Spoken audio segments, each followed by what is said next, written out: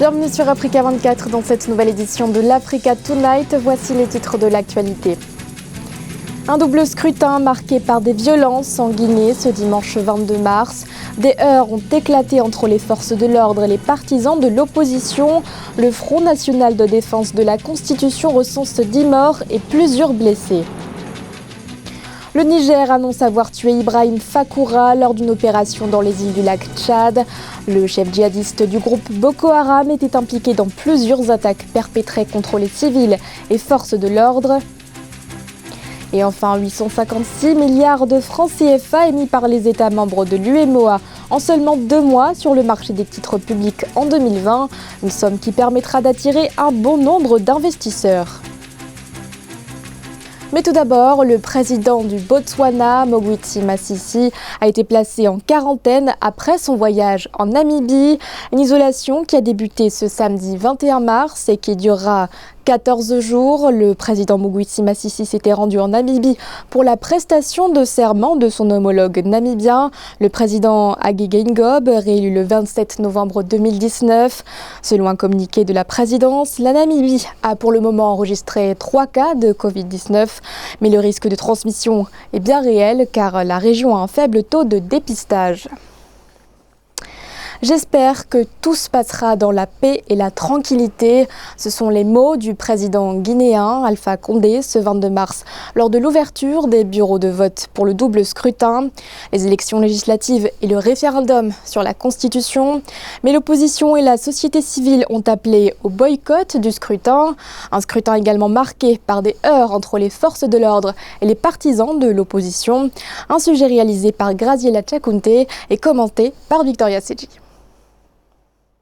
Des urnes à moitié vides, des bulletins de vote calcinés, des routes jonchées de pneus brûlés. En Guinée, le référendum constitutionnel et les élections législatives, boycottées par l'opposition et contestées par la communauté internationale, ont été émaillés de violence. Le bilan est lourd. 10 morts selon le Front national de défense de la Constitution, 4 selon le ministère de la Sécurité, dont 2 des suites d'un accident et par arrêt cardiaque. Le vaillant peuple de Guinée ne s'est pas laissé faire. Une fois de plus, il a démontré sa traditionnelle bravoure. Fidèle à sa constitution qui lui est prescrit en son article 21, la résistance à l'oppression, il s'est levé avec courage pour dire non et 1000 fois non plutôt qu'une à cette forfaiture. Il a bravé les balles des forces de l'ordre qui ont arrêté massivement, tiré aveuglement, molesté cruellement, tuant au moins 10 personnes et blessant par balles plusieurs dizaines. Le vote avait pourtant commencé à l'heure. 8 heures locales et dans le calme. Mais très vite, des affrontements sont survenus entre partisans de l'opposition et forces de l'ordre, notamment dans des quartiers de Conakry comme Ratoma, Koza, Amdalaï, Dar es Salaam et Lambani. Des troubles ont également été observés à Mamou dans le centre et à Boké dans l'ouest. Les observateurs évoque d'ores et déjà une abstention record. La Guinée n'a jamais connu une élection aussi contestée et rejetée. Et l'autre chose, la crédibilité du scrutin n'est plus à débattre. Avec ce rejet, avec les contestations, avec le taux de participation assez faible, je pense qu'aujourd'hui, la future Assemblée nationale qui va siéger connaîtra de sérieux problèmes de reconnaissance à l'interne, mais aussi des difficultés de collaboration à l'international. Les autorités annoncent l'interpellation de plusieurs individus accusés de troubles à l'ordre public, détention et utilisation d'armes à feu ou encore destruction de biens privés et publics. Pas de quoi décourager le collectif de l'opposition et de la société civile qui appelle à intensifier les manifestations avec le même objectif, empêcher le président Alpha Condé de se frayer un chemin vers un éventuel 3e mandat. Le Niger annonce la mort d'Ibrahim Fakoura, chef djihadiste de Boko Haram. Il a été tué lors d'une opération dans les îles du lac Tchad menée par l'armée nigérienne du 10 au 16 mars dernier. Le chef djihadiste était impliqué dans plusieurs attaques perpétrées contre les civils et forces de l'ordre. Un sujet réalisé par Aïssatou Diamanka-Besland et commenté par Aïssatou Bari.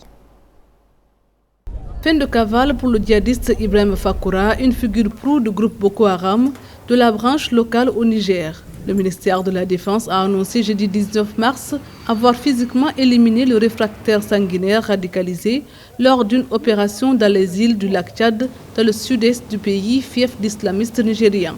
Les éléments des forces armées nigériennes déployés dans la région de Difa ont mené une opération sur les îles nigériennes du lac Tchad du 10 au 16 mars. L'opération a permis d'éliminer Ibrahim Fakoura, un des chefs de faction de Boko Haram, et plusieurs de ses compagnons. Ibrahim Fakoura est une figure de proue de l'État islamique en Afrique de l'Ouest qui a prêté allégeance à l'État islamique en 2015. Cette action militaire qui a facilité l'élimination de ce chef de faction djihadiste s'inscrit dans le cadre des opérations de la force multinationale mixte composée de soldats nigérians, tchadiens, béninois, camerounais et nigériens ont permis de stabiliser la situation au Niger. Mais les incidents restent fréquents. Ibrahim Fakoura a été l'auteur de kidnappings et d'attaques répétées contre les forces de défense et les civils. Vous savez, les organisations terroristes, c'est comme l'hydre grec, c'est-à-dire c'est des serpents à plusieurs têtes. Vous supprimez une tête, il y a une autre qui va pousser. Donc c'est pour dire que, en fait, le gouvernement est allé dans le triomphalisme. Il a sans doute éliminé un élément dangereux. Il a aussi sans doute gagné une bataille d'une journée, mais cela ne veut pas dire que c'est une victoire contre le terrorisme. Et moi, je suis convaincu que la seule victoire qui viendra contre le terrorisme sera la victoire qui sera obtenue à partir du dialogue. La région de Difa, située à l'extrême est du Niger, région frontalière du Nigeria, proche des frontières de Mali et de Burkina Faso, est minée par l'insécurité et la menace permanente de Boko Haram, actif au Nigeria, au Cameroun, au Tchad et au Niger. Elle abrite 120 000 réfugiés fuyant les exactions du groupe djihadiste. 50 autres combattants ont été également neutralisés. Des mesures économiques de rigueur pour l'Algérie face à l'effondrement des cours de pétrole. Après une réunion du Conseil des ministres ce dimanche 22 mars, le gouvernement algérien prévoit la révision à la baisse de 30% du budget de fonctionnement de l'État sans pour autant toucher au salaire des fonctionnaires. Première entreprise publique du pays, Sonatrach devra également réduire de 14 à 7 milliards de dollars les charges d'exploitation et les dépenses d'investissement pour préserver les réserves de change. Les réformes économiques sont en marche en Éthiopie. Le conseil d'administration du groupe de la Banque mondiale a approuvé le 19 mars dernier un soutien financier d'une valeur de 500 millions de dollars en faveur du pays. Objectif, revitaliser l'économie de l'Éthiopie tout en renforçant sa compétitivité. Philomentine. 50 millions de dollars, tel est le montant de l'enveloppe octroyée à l'Éthiopie par la Banque mondiale ce jeudi 20 mars. Objectif affiché par cet appui financier, soutenir le programme de réforme économique.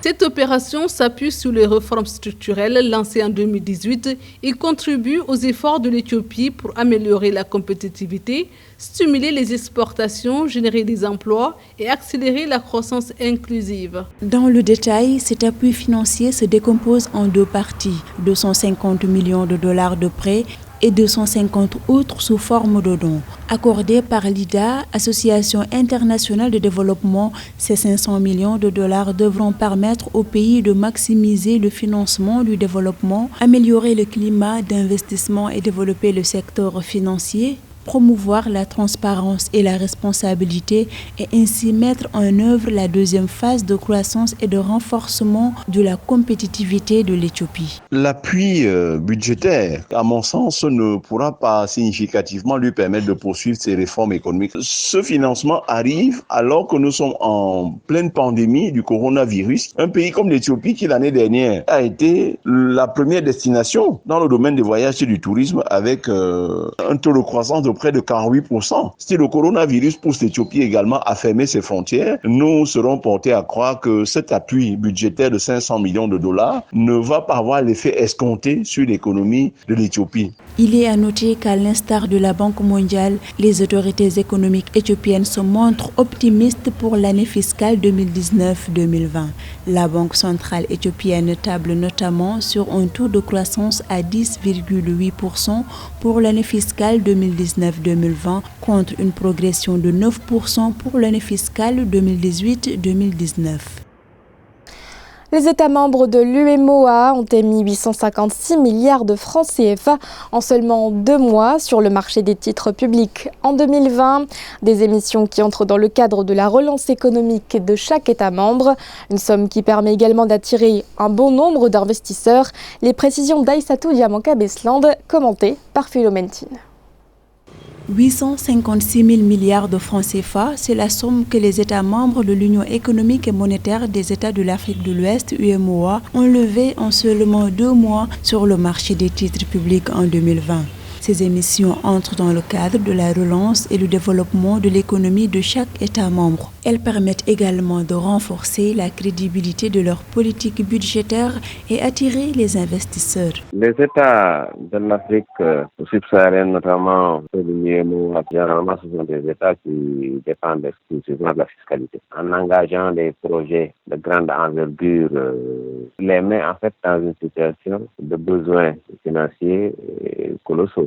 Ce qui fait que ces pays s'engagent à un rythme effréné. Pour les émissions, la Côte d'Ivoire arrive en tête avec environ 289,5 milliards de francs CFA mobilisés au cours de ces 2 premiers mois de l'année. Viennent ensuite le Bénin avec 132 milliards de francs CFA, le Togo 110 milliards de francs CFA, le Burkina Faso 104,5 milliards de francs CFA, le Sénégal 93,5 milliards de francs CFA et le Mali 88 milliards de francs CFA. La Guinée-Bissau et le Niger ferment la marche avec respectivement 22 milliards de francs CFA et 16,5 milliards de francs CFA levés sur le marché des titres publics au cours de cette période. Les répercussions sont généralement la vérité des prix qu'imposent les bailleurs, l'augmentation des prix de l'énergie, des denrées pour booster les entrées fiscales, mais aussi une baisse des charges de fonctionnement de ces États-là. Au cours du premier trimestre 2020, les États membres de l'UEMOA prévoient de mobiliser sur le marché des titres publics 1230 milliards de francs CFA à raison de 465 milliards de francs CFA d'émissions de BAT et 765 milliards de francs CFA d'OAT. L'inquiétude monte en Libye à propos des migrants. Le 20 mars dernier, la communauté nationale pour les droits de l'homme en Libye a interpellé le gouvernement et les Nations Unies. L'institution souhaite fermer les centres de rétention en Libye. Tous les migrants qui tentent la traversée de la Méditerranée sont placés dans ces centres où les conditions de vie sont précaires et inhumaines. Une situation inacceptable pour la Commission libyenne des droits de l'homme, notamment avec la propagation du coronavirus. Au Tchad, le royaume du Ouadaï a son nouveau leader traditionnel et coutumier. Intronisé ce samedi 21 mars, le prince Chérif Ben Abdelhadi est à présent le nouveau sultan de cette localité située à l'est du pays. Au cœur de ses préoccupations, la consolidation d'une paix entre les différentes communautés de la région. Un reportage de notre correspondant Mahamat Ramadan est commenté par Philomentine. Au Tchad, le nouveau sultan du Ouadaï, Chérif Ben Abdelhadi, a été intronisé officiellement ce samedi 21 mars 2020 en présence des autorités administratives et coutumières du pays. Les cérémonies ont eu lieu à Abéché, la capitale de l'ancien royaume du Ouadaï, une localité située à l'est du pays. Le nouveau leader traditionnel aura pour mission de pacifier à la base les communautés de la région et lutter contre les fléaux tels que les mariages précoces et la non-scolarisation des filles. C'est une journée historique car elle marque l'accession au trône de Sa Majesté Chérif Abdelhadi Mahdi. Cet événement, qui a tout son sens, mérite d'être célébré avec faste par tous les fils et les filles de cette province. La province du Ouadaï. À la limite, dans son ressort territorial, le nouveau sultan du Ouadaï a juré de contribuer et veiller à l'éducation civique de ses administrés en leur inculquant le respect de l'autorité de l'État et les lois de la République. Il promet également de s'investir pour la consolidation de la paix et l'équilibre social, ainsi que la sauvegarde des us et coutumes du royaume et leur transmission aux générations futures. Nous allons nous atteler à la scolarisation des jeunes filles et garçons pour augmenter significativement le taux d'alphabétisation dans la région. Il est vrai que notre province manque d'hôpitaux et de centres de santé. Nous nous engageons à améliorer substantiellement la santé maternelle pour lutter contre le taux élevé de la mortalité maternelle et infantile. Pour y arriver, nous allons miser sur la modernisation de notre agriculture et la transformation de nos matières premières. Rappelons que pour promouvoir la conciliation et la médiation à la base, le Tchad s'est doté en 2018 d'un haut conseil des collectivités autonomes et des chefferies traditionnelles qui est un organe consultatif dans le cadre de la décentralisation des collectivités territoriales. Ce journal a été réalisé par l'ensemble de la rédaction. Merci de votre fidélité. L'actualité continue sur Africa 24.